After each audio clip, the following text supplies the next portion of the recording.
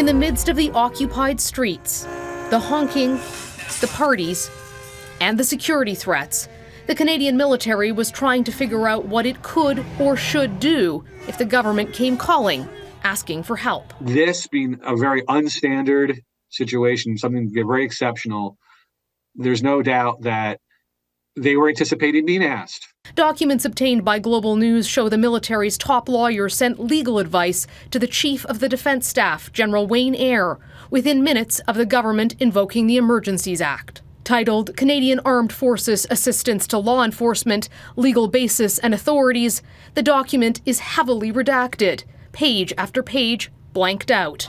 But the military was also drawing a blank, scrambling to figure out what to do. Here you had an unprecedented situation in that the Emergencies Act had never been invoked. It's not uncommon for the military to help out in domestic emergencies like forest fires, floods, even the pandemic. But using the military to help law enforcement is a touchy subject. But sources tell Global News RCMP Commissioner Brenda Lucki wanted military help.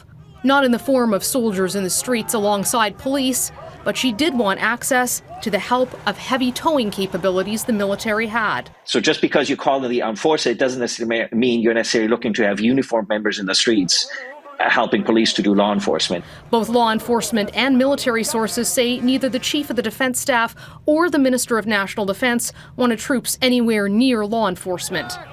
The document appears to give legal advice along the same lines, warning the Canadian Armed Forces have, quote, flexible authority, but it does not apply to the provision of the Canadian Armed Forces assistance in relation to law enforcement matters. The document references the military acting in relation to the definition of, quote, threats to the security of Canada, but redacts what those threats, if any, may have been. Ironically, perhaps the only clear thing here is the confusion with the military saying the Emergencies Act doesn't make it clear how or if the military is empowered to do something.